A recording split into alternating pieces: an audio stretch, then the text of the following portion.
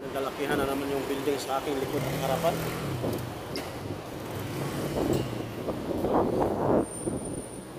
Lunes ngayon at alas 4 na ng hapon. Meron akong pick up na pasahero dito. At ang sabi na tumawag sa akin, pababa na siya, lakas ng hangin. At ang biyahe namin ay papunta sa may Pasig area, Ilisco Road. Ilisco. So, antay-antay tayo ng mga ilang minuto kasi pag naka-elevator kasi medyo matagal yan mga palangga. Ganito talaga yung building. Taas na antay talaga namin yung pasahero. Kasi siyempre, sakay pa ng elevator yan. Pagdating sa elevator, nakapila pa sa elevator yan. O, di ba? Pagbaba ng elevator, babagal pang elevator, maghinto-hinto pa yan. O, di ba? O, ganyan, o, di ba?